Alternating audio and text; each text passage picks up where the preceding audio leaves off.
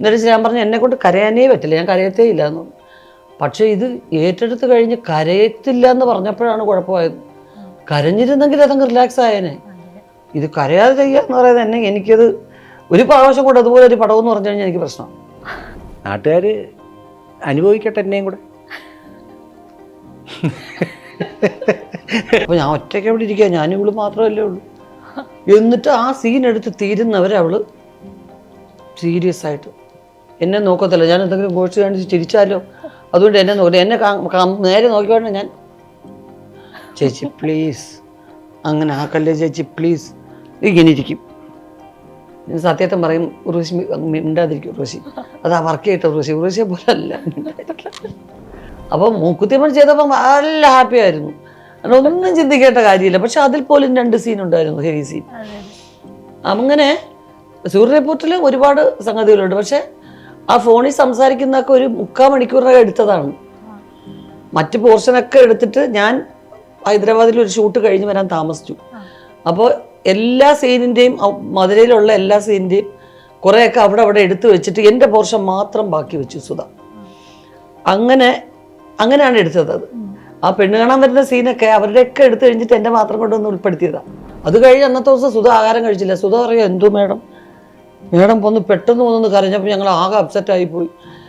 അങ്ങനെ പെർഫോം ചെയ്യുമെന്ന് ഞാൻ വിചാരിച്ചില്ല, പെട്ടെന്ന് അങ്ങനെ. എന്നിട്ട് ഉച്ചയ്ക്ക് അവൾ ആഹാരം കഴിച്ചില്ല. പലപ്പോഴും ഹൈദരാബാദിൽ നിന്ന് വരെ ആഹാരം ഷൂട്ട് കഴിഞ്ഞ് ഓടി നമ്മുടെ വീട്ടിലേക്ക് ഫ്ലൈറ്റ് മോനുമൊക്കെ ഓടി വന്നിട്ട് അവിടെ നിന്നായിരിക്കും ഒരു കഞ്ഞിയെടുത്ത് കഴിക്കുന്നത്. വളരെ നമ്മൾ പിന്നെ നമുക്കറിയാം, നമ്മൾ ആ കെയറിങ് നമ്മൾ കൊടുക്കുന്നുണ്ടാണല്ലോ എനിക്ക് ഇഷ്ടപ്പെടാൻ കഴിയുന്നത്. അല്ലാതെ ഉർവശി മഹാനടിയാണ് എന്ന് വേണമെങ്കിൽ നിങ്ങൾ പറയുന്ന പോലെ എനിക്കും പറയാം.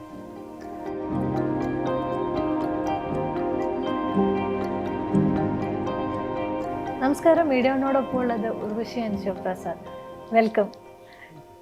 ഒരു സമയത്ത് മലയാള സിനിമയിൽ നിറഞ്ഞു നിന്ന താരമായിരുന്നു. അതേ സമയത്ത് തന്നെ കഥകൾ എഴുതിയിട്ടുണ്ട്. ഈ കാലഘട്ടത്തിൽ ചോദിച്ചൊരു ചോദ്യമാണ് എപ്പോഴെങ്കിലും സംവിധാനത്തിലേക്ക് വരുമെന്ന്. ആ സമയത്ത് പറഞ്ഞത് ഇല്ല, എനിക്ക് ഇപ്പോൾ ഉള്ള പരിപാടികൾ തന്നെ മാനേജ് ചെയ്യാൻ ബുദ്ധിമുട്ടാണ്, അപ്പം ഇത്രയും വലിയ ഉത്തരവാദിത്തത്തിലേക്ക് എങ്ങനെയാണ് പോകുന്നതെന്ന് ചോദിച്ചിരുന്നു. ഇപ്പോൾ പക്ഷെ ഒരു നിർമ്മാതാവിൻ്റെ വേഷത്തിലൂടെ എത്തുകയാണ്. ഇതൊരു വലിയ ഉത്തരവാദിത്തം കൂടിയാണല്ലോ, ഒരു സിനിമയുടെ കൂടെ ഇത്രയും കാലം സഞ്ചരിക്കണം.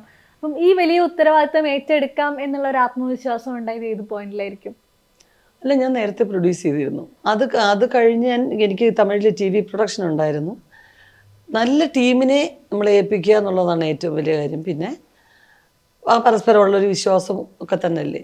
വേറൊരു തൊഴിലെന്തെങ്കിലും ബിസിനസ്സോ കാര്യങ്ങളോ ചെയ്യാമെന്ന് വെച്ചാൽ എനിക്കറിയത്തില്ല.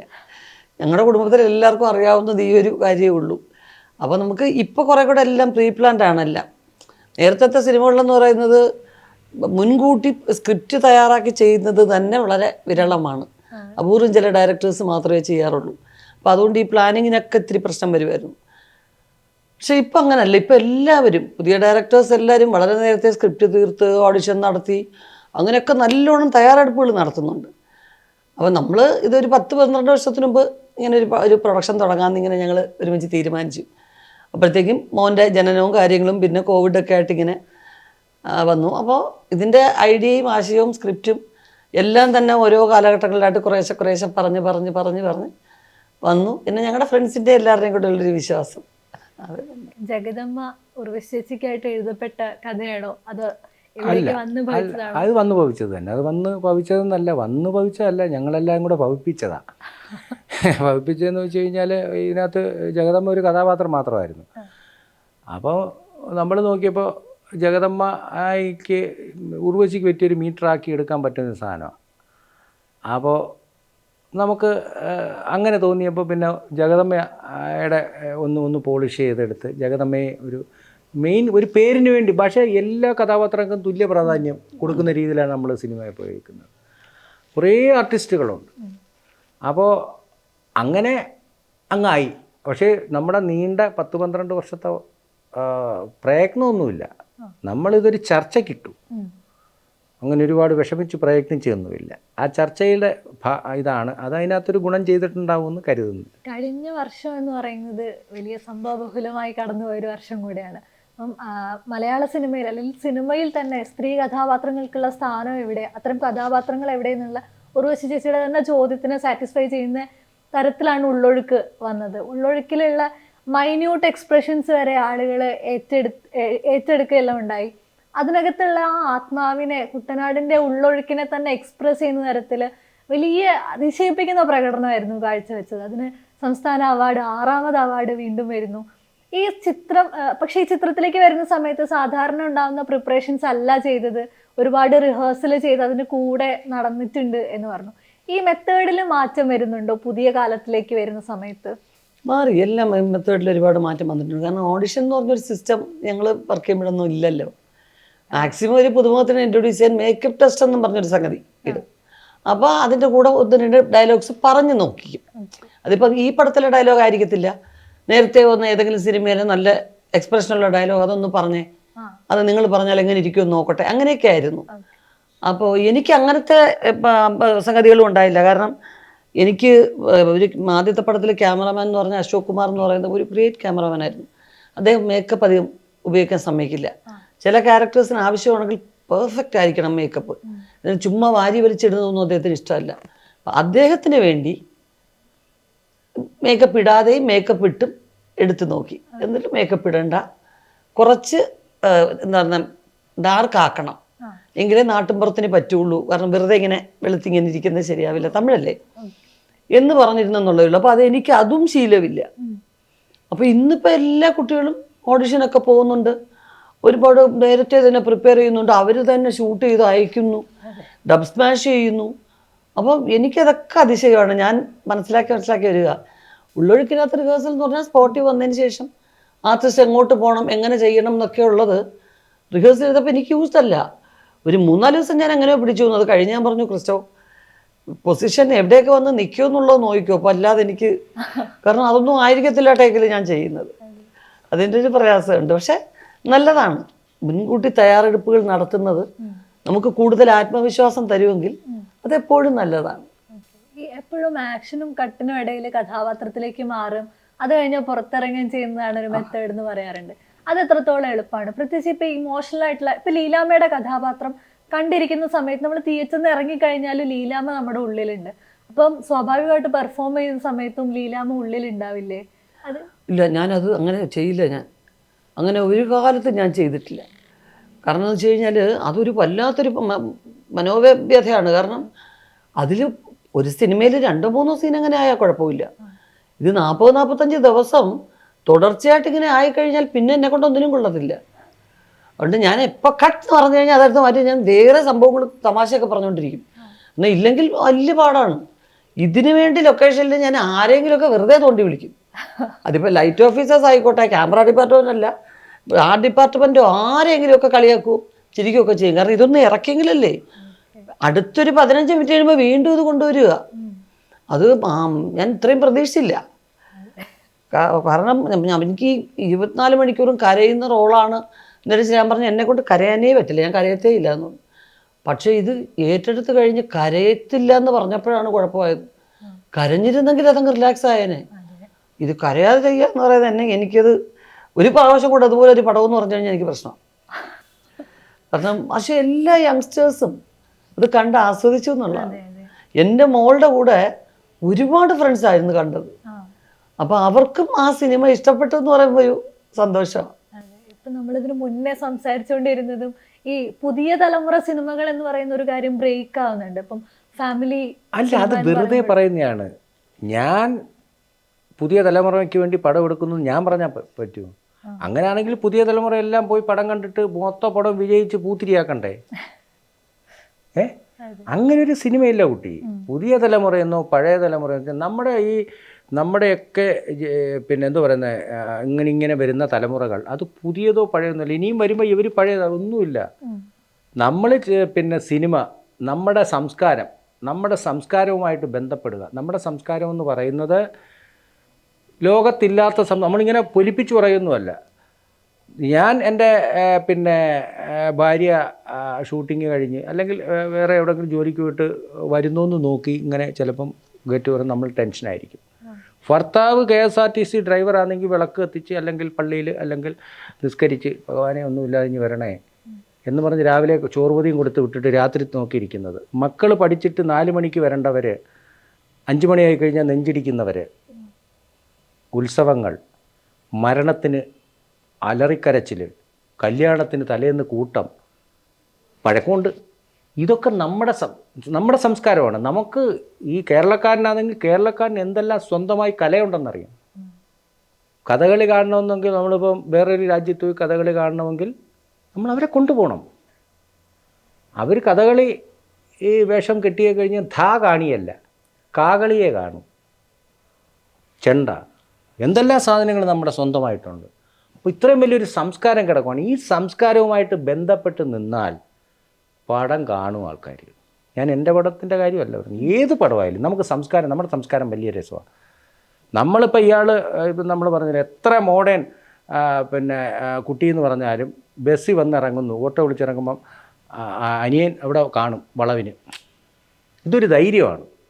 ഞാൻ പിന്നെ കുട്ടികൾക്ക് നേരത്തെ പറഞ്ഞില്ലേ, ഏറ്റവും വലിയ ഷെൽട്ടർ നമ്മുടെ കുടുംബമാണ്. 7 സ്റ്റാർ ഹോട്ടലിൽ പോയി റൂമെടുത്ത് ഇടുന്ന ഒരു പെൺകുട്ടി പോയെടുത്താൽ ടെൻഷനിലായിരിക്കും റൂം എടുക്കുന്നത്. ഹോട്ടലുകാരെ കുറ്റം പറയുമല്ല, ഇവിടെ കാണോ എനിക്ക് ക്യാമറയുണ്ടോ, ഇനി ആരെങ്കിലും വന്ന് കഥവിന് വിട്ടു. നമുക്കാരും നമ്മുടെ വീട്ടിൽ നമ്മുടെ വീട് ചെറുതായിരിക്കും, ചിലപ്പോൾ ഓലയായിരിക്കും നമ്മുടെ ഇതിൻ്റെ വാതിൽ. പെൺകുട്ടികളായാലും ആൺകുട്ടികളായാലും സധൈര്യം കിടന്നുറങ്ങുകയും അവരുടെ കാര്യങ്ങൾ നോക്കുകയും ചെയ്യും. അപ്പോൾ അത് കുടുംബം. ആ കുടുംബ ചിത്രങ്ങൾ വന്നാൽ ഇപ്പം തന്നെ പറഞ്ഞില്ലേ, ആരൊക്കെയോ ആണെന്ന് തോന്നിയപ്പം ഈ പടം ഉള്ളൊഴുക്കിലെ കഥാപാത്രം എവിടേക്കോ നമ്മളെ ഒന്ന് നോവിച്ചു. അപ്പോൾ ആ നോവിക്കാനുള്ള കാര്യം നിങ്ങൾക്ക് ആരെയൊക്കെയോ എന്തൊക്കെയോ എവിടേക്കോ നമ്മൾ ഇതിടും, കൊണ്ടൊട്ടിക്കും. എൻ്റെ ബന്ധത്തിലോ ആരെങ്കിലും ഒക്കെ നമ്മുടെ കുടുംബത്തിലോ അങ്ങനെയൊക്കെ പോലുള്ള കഥകൾ, അതാണ് നാച്ചുറലായിട്ട് നമ്മുടെ സംസ്കാരവുമായിട്ട് ബന്ധപ്പെട്ടിരിക്കുന്നത്. അത് എക്കാലവും നമ്മുടെ സംസ്കാരവുമായിട്ട് ബന്ധപ്പെട്ട് അങ്ങനെയുള്ള സിനിമകളൊക്കെ തന്നെ ആൾക്കാർ കാണുകയും വിലയിരുത്തുകയും ചെയ്യും. അല്ലാതെ ന്യൂ ജൻ പടം, ഓൾഡ് ജൻ പടം അങ്ങനെയൊന്നുമില്ല. വെറുതെ പറയുന്നതാണ്. അല്ല, ഡയറക്ടേഴ്സ് അവർ പുതിയവരായതുകൊണ്ട് അങ്ങനെ ഒരു വാക്ക് വന്നു എന്നുള്ളതേ ഉള്ളൂ. അത് അങ്ങനെ എത്രയോ ആർട്ടിസ്റ്റുകൾ നമ്മൾ അവരെ സ്ഥിരമായിട്ടൊരു ടൈപ്പ് ചെയ്യപ്പെട്ട ആർട്ടിസ്റ്റിനെയൊക്കെ എന്തെല്ലാം വെറൈറ്റി ക്യാരക്ടേഴ്സിലേക്ക് കൊണ്ടുവന്ന്, ഇന്ദ്രൻസ് ആയാലും ജഗദീഷ് ചേട്ടനായാലും അങ്ങനെ എത്ര പേരെ. അപ്പോൾ ഇന്നത്തെ ഡയറക്ടേഴ്സ് വളരെ വിശാലമായിട്ട് ചിന്തിക്കുന്നവരാണ്, വളരെ വെറൈറ്റി സബ്ജക്റ്റുകൾ ചിന്തിക്കുന്നവരാണ് ഒക്കെ ഉണ്ട്. കഴിഞ്ഞതിൻ്റെ മുമ്പിലത്തെ വർഷം എന്ന് പറയുന്നത് തമിഴ്നാട്ടിൽ ഏറ്റവും കൂടുതൽ കളക്ട് ചെയ്തത് മലയാളം സിനിമകളാണ്. അവിടെ തമിഴിലെ സിനിമകളുടെ പ്രൊമോഷന് വേണ്ടി ഓഡിയോ ലോഞ്ചിങ്ങിനൊക്കെ ഞാൻ പോകുമ്പം ഓരോ ഡയറക്ടേഴ്സും വന്നു സംസാരിക്കുന്നത് നമ്മുടെ സിനിമകളെക്കുറിച്ചാണ്.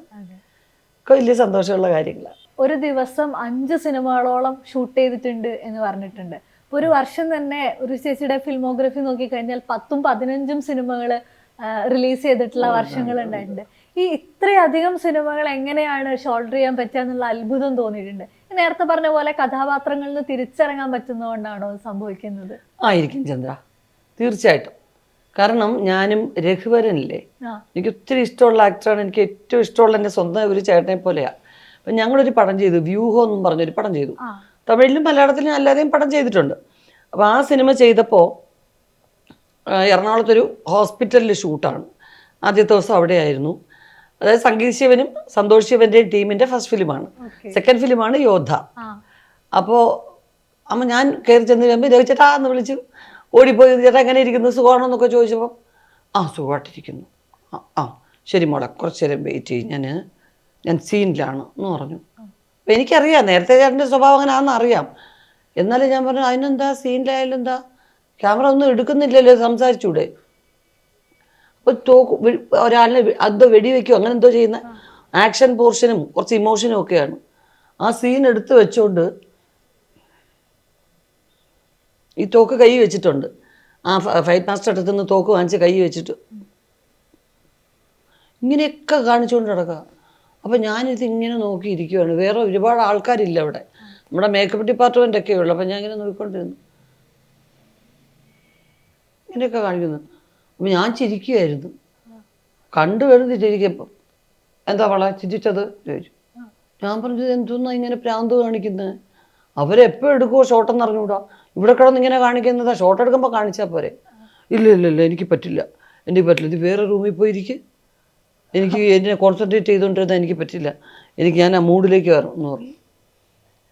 അപ്പം അത് കഴിഞ്ഞ് ആ പടം മുഴുവൻ ഞാൻ കളിയാക്കി രചേട്ടനെ. രചേട്ടാ നാളെ എന്നെ വല്ല ഇടിക്കുന്ന ഷോട്ടാണോ, എന്നാൽ ഞാൻ ടേക്ക് സമയത്തേ വരത്തുള്ളൂ, ഇങ്ങനെയൊക്കെ പറഞ്ഞു. അപ്പം അങ്ങനെയുള്ള ആർട്ടിസ്റ്റുകളുണ്ട്. ഒരു സീൻ മുഴുവൻ അവരുടെ മനസ്സിലേക്ക് കൊണ്ടുവന്നിട്ട് ആ മൂഡ് മെയിൻറ്റെയിൻ ചെയ്യുന്നവരുണ്ട്. മീര അങ്ങനെയാണ്. അച്ചുവിൻ്റെ അമ്മ ചെയ്യുമ്പോൾ ഞാൻ ആ ടേക്ക് കഴിയുമ്പോൾ എന്നെ കോർണർ ചെയ്യുന്നൊരു സീനുണ്ട്. അമ്മയായിട്ട് ഞാൻ ഇന്നുവരെ അമ്മയുടെ അടുത്തൊന്നും മറച്ചിട്ടില്ല. അങ്ങനെ പറഞ്ഞ് എന്നെ കോർണർ ചെയ്യും. എനിക്കറിയണം എൻ്റെ അച്ഛൻ ആരാന്ന് പറയണം, എന്ത് സംഭവിച്ചു എന്നിങ്ങനെ ഓരോ ഭാഗത്തും ഒരു വീട്ടിലെ പല ഭാഗങ്ങളിലായിട്ട് വന്ന് ചോദിക്കുക. ആ സീൻ സത്യേട്ടൻ എക്സ്പ്ലെയിൻ ചെയ്തു, എനിക്കും വിവരിച്ചു തന്നു, അവൾക്കും എല്ലാം പറഞ്ഞു കൊടുത്തു. സീൻ പറഞ്ഞു ശരിയാടാ ഓക്കെ എന്ന് പറഞ്ഞാൽ ഞാൻ പറഞ്ഞു മീരെ ആ ഒരു കഥയുണ്ടല്ലോ എന്താ, ഞാൻ വേറെ ഏതോ കഥ പറയാം. ചേച്ചി പ്ലീസ്, ഞാൻ വളരെ സീരിയസ് ആയിട്ട് ആ മൂഡ് മെയിൻറ്റെയിൻ ചെയ്യണം. ഞാൻ പറഞ്ഞു എന്തിന്, എന്നോട് ഇങ്ങനെ ഒരു ചോദ്യം ചോദിച്ചാൽ പോരെ. ഇല്ല ചേച്ചി പ്ലീസ്, എനിക്ക് പറ്റത്തില്ല ചേച്ചി, ഞാൻ ചിരിച്ചു പോയാൽ പിന്നെ എനിക്ക് സീരിയസ് ആയിട്ട് വരത്തില്ല. അപ്പോൾ ഞാൻ ഒറ്റയ്ക്ക് അവിടെ ഇരിക്കുക, ഞാനും ഇവള് മാത്രമല്ലേ ഉള്ളൂ. എന്നിട്ട് ആ സീൻ എടുത്ത് തീരുന്നവരെ അവൾ സീരിയസ് ആയിട്ട് എന്നെ നോക്കത്തില്ല. ഞാൻ എന്തെങ്കിലും ഗോഷ്ടി കാണിച്ച് ചിരിച്ചാലോ, അതുകൊണ്ട് എന്നെ നോക്കില്ല. എന്നെ നേരെ നോക്കിക്കൊണ്ട് ഞാൻ ചേച്ചി പ്ലീസ് അങ്ങനെ ആക്കല്ലേ ചേച്ചി പ്ലീസ്, ഇങ്ങനെ ഇരിക്കും. സത്യത്തെ പറയും ഉർവശി മിണ്ടാതിരിക്കും, ഉർവശി അതാ വർക്ക് ചെയ്തിട്ട് ഉർവശിയെ പോലെ അല്ല മിണ്ടാതിരിക്കും. അപ്പോൾ അങ്ങനെ ഉള്ളവരുണ്ട്. അപ്പോൾ എനിക്ക് അതിശയമാണ്. അന്ന് മുഴുവൻ എനിക്ക് പറ്റത്തില്ല എന്ന് വെച്ചാൽ അന്ന് ഇതുപോലെയുള്ള ഈ എന്താ പറയുന്നത്, രാവിലെ മുതൽ ഒരു 3 മണിക്കൂർ എറണാകുളത്തൊരു ഷൂട്ട്, അത് കഴിഞ്ഞ് നേരെ എറണാകുളത്ത് തന്നെ വേറൊരു ഷൂട്ട്, അവിടുന്ന് നേരെ ആലപ്പുഴ പോയിട്ട് അവിടെ 2 ഫിലിം, അതിന് നേരെ അങ്ങ് പോയി ട്രിവാൻഡ്രത്ത് നിന്ന് കഴിഞ്ഞാൽ രാത്രി മുഴുവൻ അവിടെയാണ്. ഇങ്ങനെ വർക്ക് ചെയ്തുകൊണ്ടിരിക്കുന്നതിനിടയ്ക്ക് ഒരു ക്യാരക്ടറിൻ്റെ മൂഡിലാവാൻ എങ്ങനെ പറ്റും? അതുകൊണ്ടാണ് ചന്ദ്രൻ ചോദിച്ച ചോദ്യം വളരെ കറക്റ്റ് ചോദ്യമാണ്. ഒന്നിൽ നിന്നും പെട്ടെന്ന് മാറാൻ കഴിഞ്ഞെങ്കിൽ മാത്രമേ അങ്ങനെ പറ്റൂ. ഇപ്പം പിന്നെ സമയം കിട്ടുന്നുണ്ട്. ഉള്ളൊടുക്കിന് മുൻപേ പാർവതി വളരെ പ്രിപ്പയർ ചെയ്തിട്ടാണ് വന്നത്. കാരണം അങ്ങനെ ഹെവി ആയിട്ടുള്ളൊരു, അവളുടെ ക്യാരക്ടറും ഹെവി അല്ലേ. അപ്പം അങ്ങനെ പ്രിപ്പയർ ചെയ്തിട്ട് ഇങ്ങനെ പറയണം, ഇങ്ങനെ ഞാനൊന്നും പ്രിപ്പയർ ചെയ്തില്ല. ഞാൻ ഒരിക്കലേ ആ സ്ക്രിപ്റ്റ് വായിച്ചുള്ളൂ, വായിച്ചപ്പോൾ തന്നെ ക്ലോസ് ചെയ്തു. അത്രമാത്രം ഒരു ഭയങ്കര ഒരു ഭാരം. അപ്പോൾ പക്ഷേ എങ്കിലും ആ ഒരു 45 ദിവസം നമ്മുടെ അറിയാതെ ഹെൽത്ത് എഫക്റ്റ് ആവുന്നുണ്ട്, നമ്മൾ മാനസികമായിട്ട് ശരിയല്ലാത്തതുകൊണ്ട്. നമുക്ക് ഭക്ഷണം കഴിക്കുമ്പം ആദ്യത്തെ ഒരു 3-4 ദിവസം കുഴപ്പമില്ല. അത് കഴിഞ്ഞ് കഴിയുമ്പം നമ്മുടെ അറ്റ്മോസ്ഫിയർ ഉണ്ടല്ലോ, ഒരു ഡെഡ് ബോഡി, കുറേ പേര് ഈ അരയ്ക്കൊപ്പം വെള്ളം കഴിക്കാനിരിക്കുമ്പോൾ എന്തോ ഒരു അസ്വസ്ഥത. അപ്പോൾ അത് പിന്നെ തീർക്കുന്നതെന്ന് പറഞ്ഞാൽ ചേട്ടനും കുഞ്ഞും അവിടെ വരും, ഹൗസ് ബോട്ടിൽ മീൻ പിടിക്കുക, അപ്പുറത്തേപ്പുറത്തേയും കുറേ പിള്ളേരെയും കൂടെ വിളിച്ചുകൊണ്ട് അങ്ങനെ ഡീവിയേറ്റ് ചെയ്യാൻ ശ്രമിച്ച് മാറ്റിയതാണ്. ഇല്ലെങ്കിൽ പാടാണ്.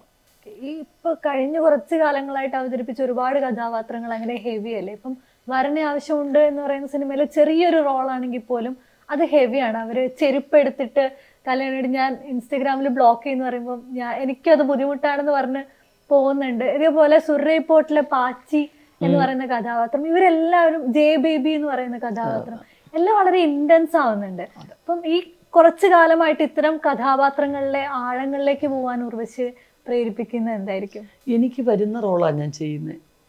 എനിക്ക് വരുന്ന കുറേ റോളുകളിൽ നമ്മൾ ചൂസ് ചെയ്യുമ്പം അങ്ങനെ വരികയാണ്, അങ്ങനെ ഏൽപ്പിക്കുകയാണ്. കാരണം എൻ്റെ ഹ്യൂമർ ഫിലിംസ് സ്വീകരിച്ചതുപോലെ തന്നെ ഇപ്പം മൂക്കുത്തിയമ്മനും സൂര്യരെപ്പോറ്റും ഒരേ സമയത്ത് വന്നതാണ്. ഇതിനും അതിനും തമ്മിൽ യാതൊരു ബന്ധവുമില്ല. അപ്പം മൂക്കുത്തിയമ്മൻ ചെയ്തപ്പം നല്ല ഹാപ്പി ആയിരുന്നു, ഒന്നും ചിന്തിക്കേണ്ട കാര്യമില്ല. പക്ഷെ അതിൽ പോലും 2 സീൻ ഉണ്ടായിരുന്നു, ഹെവി സീൻ. അങ്ങനെ സൂര്യരെപ്പോറ്റിൽ ഒരുപാട് സംഗതികളുണ്ട്. പക്ഷെ ആ ഫോണിൽ സംസാരിക്കുന്നതൊക്കെ ഒരു 3/4 മണിക്കൂറിനകം എടുത്തതാണ്. മറ്റ് പോർഷനൊക്കെ എടുത്തിട്ട് ഞാൻ ഹൈദരാബാദിൽ ഒരു ഷൂട്ട് കഴിഞ്ഞ് വരാൻ താമസിച്ചു. അപ്പോൾ എല്ലാ സീനിൻ്റെയും മധുരയിലുള്ള എല്ലാ സീനിൻ്റെയും കുറേയൊക്കെ അവിടെ എടുത്തു വെച്ചിട്ട് എൻ്റെ പോർഷൻ മാത്രം ബാക്കി വെച്ചു സുധ. അങ്ങനെയാണ് എടുത്തത്. അത് ആ പെണ്ണ് കാണാൻ വരുന്ന സീനൊക്കെ അവരുടെയൊക്കെ എടുത്തു കഴിഞ്ഞിട്ട് എൻ്റെ മാത്രം കൊണ്ടൊന്ന് ഉൾപ്പെടുത്തിയതാണ്. അങ്ങനെ കുറേ അഡ്ജസ്റ്റ്മെൻറ്റ് ചെയ്തു. ഈ ഫോണിൻ്റെ എന്ന് പറഞ്ഞാൽ നാട്ടിൻപുറത്തെ ആ ഒരു ടെലിഫോൺ ബൂത്തും അറ്റ്മോസ്ഫിയറും ആകെ കിട്ടിയിരിക്കുന്ന 1 മണിക്കൂറോ മറ്റുമാണ്. ഈ 1 മണിക്കൂറിനൊക്കെ എടുക്കാൻ വേണ്ടി രാവിലെ വരുന്നു, ആ ഓരോ സീൻ്റെയും ഇൻ ബിറ്റ്വീൻ ഉള്ളത് ഇതാണെന്ന് പറയുന്നു, ക്യാമറ സ്റ്റാർട്ട് ചെയ്യുന്നു, ടേക്കാണ്. അങ്ങനെ എടുത്തതാണ് ആ സീക്വൻസ് ഒക്കെ. ഹസ്ബൻഡിനെ വിളിച്ചുകൊണ്ട് വരുമ്പോഴത്തേക്കും അവൻ അവിടെ കട്ടായി പോകുന്നു ഫോണ്, ആ സീൻസ് ഒക്കെ. അപ്പൊ അവിടെ റിയാക്ഷൻ ഇല്ലാതെ വരുമ്പോ ഒരു ബുദ്ധിമുട്ട് വരില്ലേ? ഇല്ല, തോന്നിയില്ല. സൂര്യയുടെ ഡയലോഗ്സ് അവിടെ സുധ വായിക്കുന്നുണ്ട്.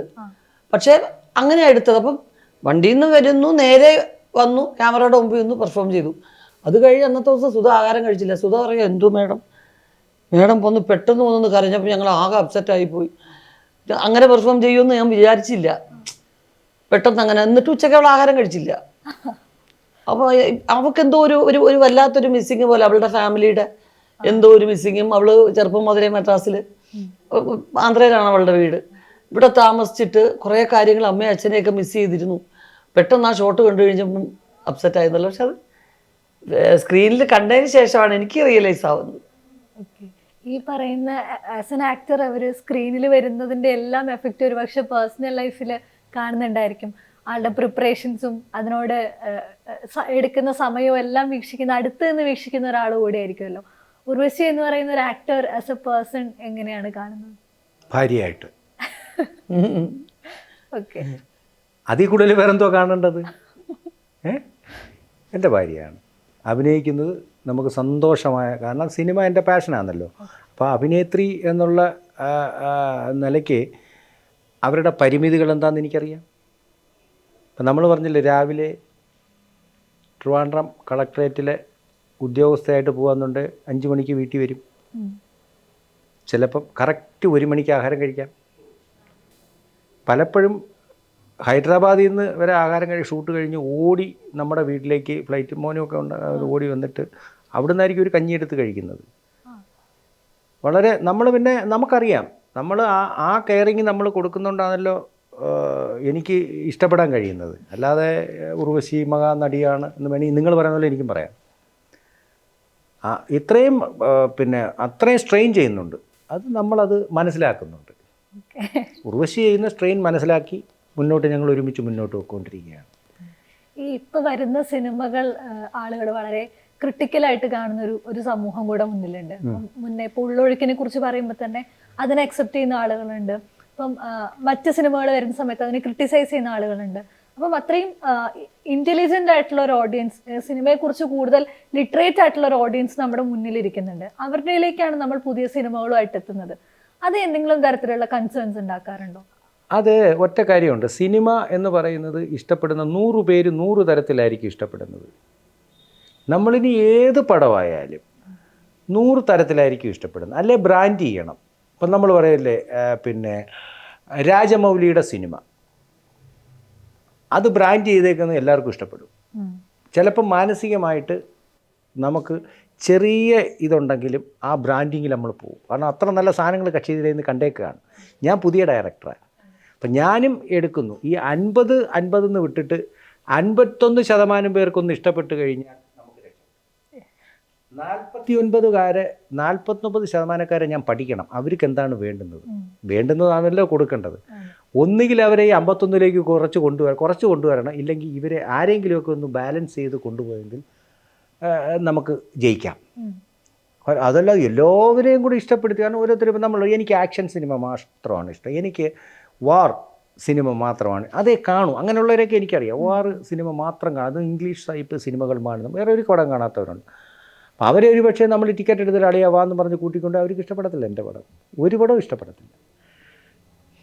നല്ലോണം പറഞ്ഞതുപോലെ നല്ലോണം ഓഡിയൻസ് സിനിമയെ വിലയിരുത്തുന്നു. അതൊരു അവരെങ്ങനെ പ്രത്യേകങ്ങും ഇല്ലാത്ത തരത്തിലുള്ള രീതിയിൽ ഓരോ സീനിനെയും ടൈറ്റിൽ മുതലുള്ള കാര്യങ്ങളെ കുറിച്ച് ഒരു വിലയിരുത്തുന്ന അല്ല, അതിന് കാരണമുണ്ട്.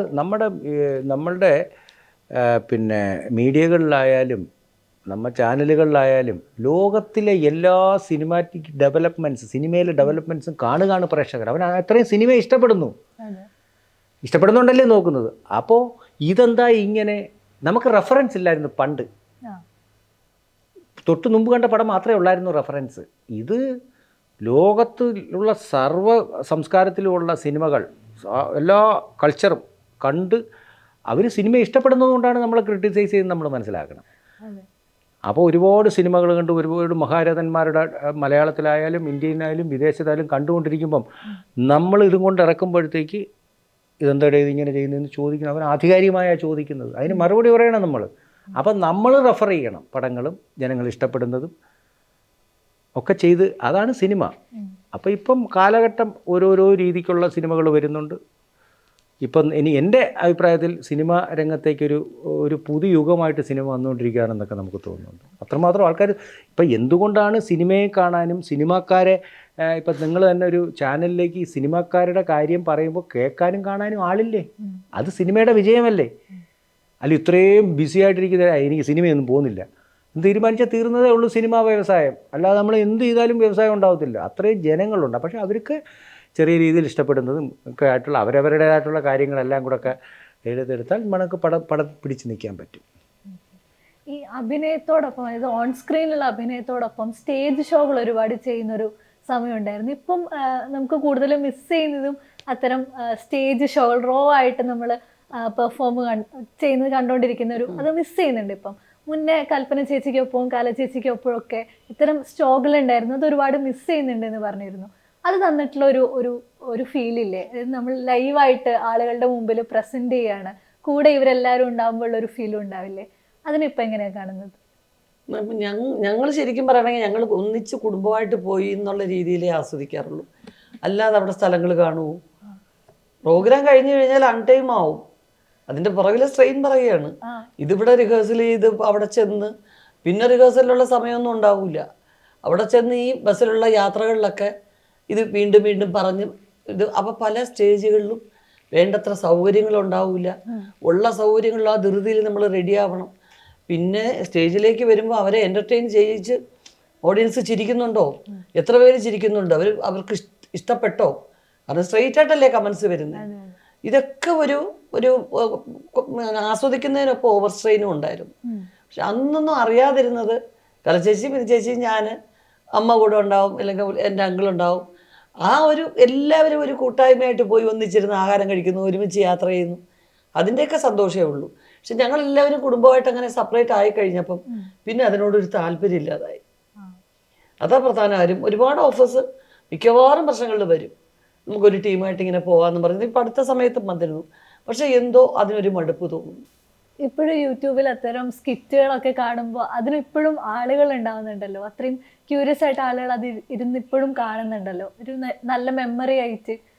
തീർച്ചയായിട്ടും അതൊക്കെ ഉള്ളതാണ്. അതിപ്പം ഈ അമ്മ സംഘടനയിൽ തന്നെ എപ്പോഴും അത്തരം പ്രോഗ്രാംസ് എല്ലാവരും കൂട്ടായിട്ട് നിന്ന് ഇപ്പം പിന്നെ ഇങ്ങനെ ഒന്നിച്ചൊരു ടീമായിട്ട് പോയിട്ട് അങ്ങനെ ഒരു ഓഡിയൻസിനെ കളക്ട് ചെയ്യുക എന്ന് പറയുന്നതിനകത്ത് വിദേശത്ത് തന്നെ അധികം പുതുമ ഇല്ലാതായിരിക്കുന്നു.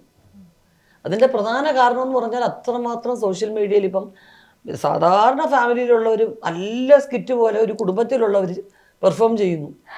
നമ്മൾ അമ്മയും മകനുമാണെന്ന് പോലും നമുക്കറിയത്തില്ല, അത്ര രസമായിട്ടാണ് പെർഫോം ചെയ്യുന്നത്. അങ്ങനെ അത് വൈഡായപ്പം അതിനേക്കാൾ ക്വാളിറ്റി ഉള്ളത് ആർട്ടിസ്റ്റ് ചെയ്യണം.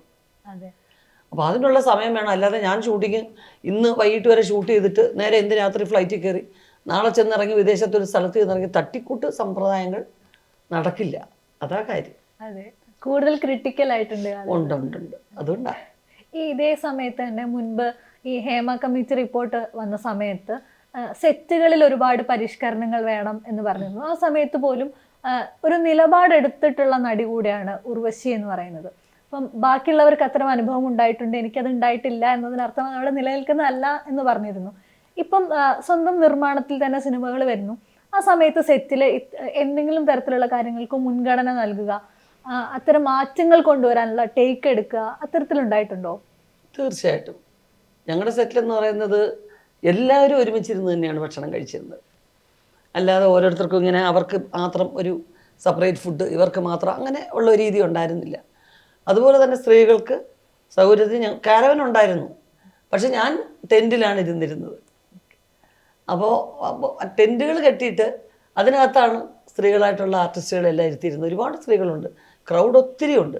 അവർ ചില ചെറിയ പ്രശ്നങ്ങൾ പറഞ്ഞാൽ പോലും റിയാക്ട് ചെയ്തിട്ടുണ്ട്.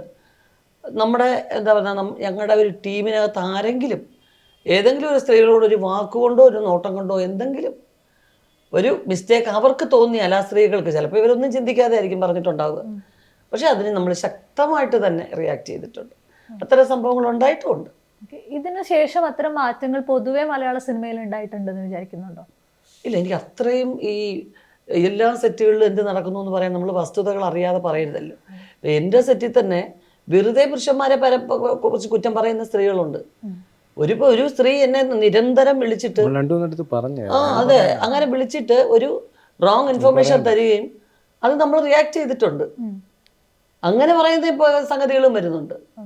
അപ്പോൾ അതുകൊണ്ട് നമ്മൾ എല്ലാ സെറ്റിലും, ഇപ്പോൾ ഉള്ളൊഴുക്കിൻ്റെ സെറ്റിൽ തന്നെയാണെങ്കിലും ഹൗസ് ബോട്ടിൽ തന്നെയാണ്, എല്ലാവർക്കും ഒരുപോലെ റൂംസാണ്, എല്ലാവർക്കും AC റൂംസ് തന്നെയാണ്. ആർക്കും അതിൽ നിന്നൊരു മേളിലും താഴെയും എന്നുള്ള രീതിയിലല്ല. നമ്മുടെ ഷൂട്ടിലും അതുപോലെ തന്നെ. ഇപ്പം എല്ലാ സെറ്റിലും ഒരുവിധം എല്ലാവരും നല്ല എന്താ പറയുക, ഡ്രസ് ചേഞ്ച് ചെയ്യാനും അല്ലെങ്കിൽ ബാത്റൂം ഫെസിലിറ്റീസ് എല്ലാ കാര്യങ്ങളും ചെയ്യുന്നുണ്ട്. അസിസ്റ്റന്റ് ഡയറക്ടേഴ്സായിട്ട് പെൺകുട്ടികൾ വരുന്നുണ്ട്. അപ്പം കമ്മ്യൂണിക്കേറ്റ് ചെയ്യാൻ എളുപ്പമുണ്ട് അവർക്ക്. ഈ വരുന്ന സ്ത്രീകൾക്ക് എന്തെങ്കിലും ബുദ്ധിമുട്ടുണ്ടെങ്കിൽ. അതെ, ഈ പറയുന്ന പോലെ എൽ ജഗദമ്മ എന്ന് പറയുന്ന സിനിമ നമ്മൾ ഒറ്റ നോട്ടത്തിൽ കാണുമ്പോൾ ഒരു പൊളിറ്റിക്കൽ സറ്റയർ ആണെന്നുള്ളൊരു തോന്നൽ ഉണ്ടാക്കുന്നുണ്ട്. അത്തരത്തിലുള്ള ഒരു ആശയമാണോ മുന്നോട്ട് വയ്ക്കുന്നത്? അല്ല, ഞാൻ അതിനകത്ത് ഒരു മറുപടി പറയാം. സറ്റയർ എന്ന് നിങ്ങൾ ഉദ്ദേശിക്കുന്നത് ആക്ഷേപഹാസ്യമാണ്. പൊളിറ്റിക്കൽ എന്നുള്ളത് നിങ്ങൾ ഉദ്ദേശിക്കുന്ന അർത്ഥമല്ല പൊളിറ്റിക്കൽ എന്നുള്ളത്. പൊളിറ്റിക്സ് നമ്മൾ പഠിക്കാനുണ്ടല്ലേ. പൊളിറ്റിക്സ് എന്ന് വെച്ച് കഴിഞ്ഞാൽ രാഷ്ട്രത്തെക്കുറിച്ച് ഉള്ളതെല്ലാം രാഷ്ട്രീയമാണ്. അല്ലെങ്കിൽ പൊളിറ്റിക്കൽ പാർട്ടി സറ്റയർ എന്ന് പറയണമെങ്കിൽ അതിനൊരു അർത്ഥം വരും. ആക്ഷേപഹാസ്യം എന്നുള്ള വാക്കേ എനിക്കിഷ്ടമല്ല. ആക്ഷേപിച്ച് ഹാസ്യം ഉണ്ടാക്കരുത്. നമ്മൾ പറഞ്ഞാൽ നമ്മളിലെല്ലാം ഹാസ്യമുണ്ട്. നമ്മളൊരു ഗ്രാമത്തിലേക്ക് ഇറങ്ങി ചെല്ലുമ്പോഴും ഇപ്പോൾ ചന്ദ്രയുടെ മൂവ്മെൻറ്റ്സ് തന്നെ നമുക്ക് അത് രസകരമായി ചിത്രീകരിക്കുകയും എല്ലാവരുടെ മനസ്സിലും ഈ കോമഡി പരമായിട്ട് ഇത് നമ്മൾ അറിയുന്നില്ലെന്നേ ഉള്ളൂ. ഇത് ഈ ക്യാമറയ്ക്ക് മുന്നിലും ഇത് നമ്മൾ ഒരു പഞ്ചായത്തിലേക്ക് സറ്റയറല്ലത്, ഓരോരുത്തരുടെ മാനറിസങ്ങൾ എന്നിലും ഉണ്ടാവും.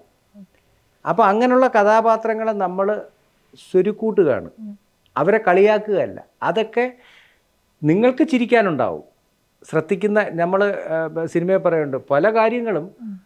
ഞാനിന്ന് ഒരു ഇൻ്റർവ്യൂവിൽ പറഞ്ഞതാണ്, ഉർവശി വളരെ സീരിയസ് ആയി ചെയ്തുകൊണ്ടിരുന്ന ഒരു കാര്യം നമുക്ക് കോമഡി ആയിരുന്നു. അത് ഞാൻ ഉദാഹരണം പറഞ്ഞു കൊടുത്തു. ഉർവശിയുടെ മുഖത്ത് ഒരു കോമഡി ഇല്ലായിരുന്നു. ഉർവശി വളരെ സീരിയസ് ആയിട്ട് ആധികാരികമായിട്ട് പറയുന്നൊരു കാര്യം മലയാള സിനിമയിൽ എല്ലാവരും ഇപ്പോഴും കാണുന്ന ഒരു ഇത്. ഞങ്ങൾ ഇന്നൊരു ഇൻ്റർവ്യൂ പറഞ്ഞു, കടിഞ്ഞൂൽ കല്യാണം എന്ന് പറഞ്ഞൊരു പടത്തിൽ ഉർവശി സീരിയസ് ആണ്. അപ്പം അതേപോലെ നമ്മൾ കഥാപാത്രങ്ങളിലെ സീരിയസ് ആയിട്ട് എടുക്കുന്നതും സറ്റയർ അത് ഒരിക്കലുമല്ല. അങ്ങനെ ഒരു ഹാസ്യമേ ഇല്ല. നമ്മുടെ സിനിമയ്ക്ക് ചേർന്ന ഒരു പഞ്ചായത്തിൽ എല്ലാവരും മസിൽ വേരിപ്പിച്ചാണ് നടക്കുന്നത്. മസിലുള്ളവരുണ്ട്, വളരെ രസകരമായി സംസാരിക്കുന്നവരുണ്ട്. ഞാനൊരു ഉദാഹരണം പറയാം. ഞങ്ങളുടെ നാട്ടിലൊരു കക്ഷി പശുവിനെയും കൊണ്ട്, പശുവിനല്ല, ഒരു ബേക്കറിയുടെ അരികെ ചെന്നിട്ട്, സാറേ 2 നാരങ്ങ വെള്ളം, 1 സ്ട്രായിട്ട് എടുത്തോളൂ, കക്ഷി സ്ട്രായിട്ടേക്ക് കഴിക്കൂ. കക്ഷി നോക്കുമ്പോൾ അതാരടാ ഗ്രാമത്തിൽ നമ്മുടെ നാട്ടിൽ നോക്കിയപ്പോൾ പശുവിനെയും കെട്ടി തീറ്റാൻ വന്നവനാ, പശുവിനെ കെട്ടാൻ വന്ന ആളാ. അത് കോമഡി അല്ലേ അത്? എന്നിട്ടിരുന്ന് ഒരു കക്ഷി പത്രം വായിക്കും. ഈ പത്രത്തിലുള്ള ഒരു കാര്യമല്ല വായിക്കുന്നത്, പത്രത്തിലുള്ള ഒരു കാര്യവും വായിക്കും. അത് വായിച്ച് കേട്ടാൽ ചിരിച്ച് നമ്മുടെ ഊപ്പാട് വരും. കക്ഷി വളരെ സീരിയസ് ആയിട്ടിരുന്ന് വായിച്ചുകൊണ്ടിരിക്കും. ഈ പത്രത്തിലുള്ളതേ അല്ല, അത് വളരെ കോമഡിയാണ്, അത് സീരിയസ് ആയിട്ട്. അപ്പോൾ നമുക്കട കഥാപാത്രങ്ങൾ പഞ്ചായത്ത്, നമുക്ക് ബാക്കിയുള്ള സ്ഥലങ്ങളുടെ വലിയ ഇപ്പം ഇംഗ്ലണ്ടിലെ ഒരു ജംഗ്ഷൻ എന്ന് വെച്ചോളൂ. ഈ ജംഗ്ഷനിൽ എന്താണ് അവിടെ നടക്കുന്ന കോമഡി എന്ന് എനിക്കറിയാമോ? ഞാൻ ഇംഗ്ലണ്ടിൽ പോയിട്ടുണ്ടോ? ഇല്ലല്ലോ. ഈ അമേരിക്ക ഒരു സ്ഥലത്ത് അവിടുത്തെ ജനങ്ങൾ എങ്ങനെയാണ്, ഒരു റീജിയനിൽ എങ്ങനെയാണെന്ന് എനിക്കറിയത്തില്ല. ഇതെനിക്കറിയാം. ഞങ്ങൾ കമ്മ്യൂണിക്കേറ്റ് ചെയ്യുമ്പോൾ ഈ സിനിമയല്ലാതെ കമ്മ്യൂണിക്കേഷനൊക്കെ ഇങ്ങനെ ചില വ്യക്തികളെ, ഇതാണ് ഈ ക്യാരക്ടേഴ്സ് വരുന്നത്. അപ്പോൾ എല്ലാ നാട്ടിലും, ചന്ദ്രയുടെ നാട്ടിലും ഈ ഇരിക്കുന്നവരുടെ എല്ലാ നാട്ടിലും ഇങ്ങനെ, ഇതൊക്കെയാണ് ഒരു നാട്. ഒരു ചായക്കടക്കാരുടെ മാനസങ്ങൾ, ഒരു മാർക്കറ്റിലെ മാനസങ്ങൾ, ഒരു അപ്പൂപ്പൻ്റെ മാനസം, ഇതിനകത്തൊക്കെ നമ്മൾ രസകരമായി നോക്കിയാൽ അതെല്ലാം രസകരമാണ്. നമ്മൾ വളരെ വിഷമിച്ച് കിടക്കുമ്പോൾ ഇതിനകത്തൊന്നും കോമഡി ഇല്ല. മനസ്സിലായില്ലേ? ഈ സംവിധാനത്തിലേക്ക് ഇറങ്ങാനുള്ള ഒരു തീരുമാനം എങ്ങനെ വരുന്നു? നാട്ടുകാർ അനുഭവിക്കട്ടെ എന്നെയും കൂടെ. ഇത് പാഷൻ സിനിമയിൽ അല്ല, എൻ്റെ ബ്രദറിൻ്റെ ഫ്രണ്ടായിട്ട് എത്രയോ വർഷങ്ങൾക്ക് മുമ്പ് അവർ തങ്ങളുടെ ഫ്രണ്ട്സാണ്. അന്ന് മുതൽ സിനിമയാണ് പാഷൻ. സിനിമയ്ക്ക് വേണ്ടി കഥ ഉണ്ടാക്കുക, സിനിമയ്ക്ക് വേണ്ടി കഥ ചർച്ച ചെയ്ത് മാത്രമായിരുന്നു.